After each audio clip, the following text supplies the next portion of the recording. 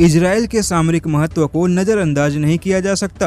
कारगिल के युद्ध में इजराइल ने भारत की जो मदद की वह तो सभी जानते हैं, लेकिन इजराइल ने भारत को एक ऐसा संदेश दिया है जो चीन की नींद उड़ा सकता है। दरअसल चीन और भारत के बीच जारी तनाव के मुद्दे पर इजराइल ने भी नजर बना के रखी है। कहा जाता है कि 29 मई 2020 को इजराइल के नए नवेले विदेश मंत्री गाबी अस्केंजी ने जब अपना पदभार संभाला तब उन्होंने सबसे पहले भारत को फोन किया था और एक बार फिर से इजराइल के विदेश मंत्री ने चीन और भारत के मुद्दे पर मीडिया के सवालों का जवाब देते हुए बिना किसी का नाम लिए कहा है कि इजराइल हमेशा अपने सबसे बड़े मित्रों के साथ खड़ा रहा है और आगे भी खड़ा रहेगा। लेकिन इजराइल ने भारत को सबसे बड़ा संकेत दिया है कि किसी भी आपातकाल स्थिति में इजराइल के पास $2 अरब यानी कि लगभग 15,000 करोड़ के सामरिक सप्लाई की क्षमता है। वैसे बता दे कि युद्ध से जुड़े किसी भी सप्लाई को सामरिक सप्लाई कही जाती है। इजराइल ने संकेत दिया है कि जिस तरह से कारगिल के युद्ध में इजराइल ने 2,000 करोड़ के हथियार, गोला बारूद और गाइडेड मिसाइलों की सप्लाई की थी,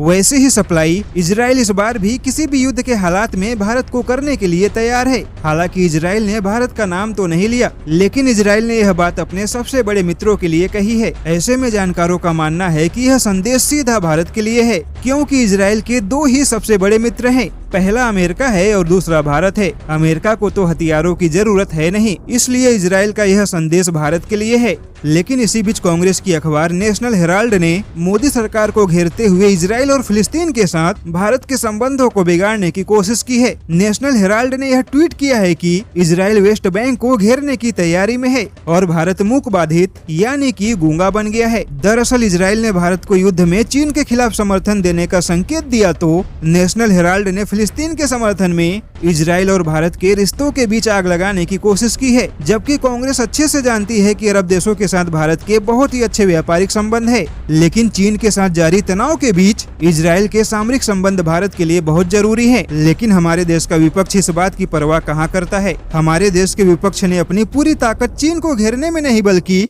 मोदी सरकार को ही घेरने में लगा रखी है।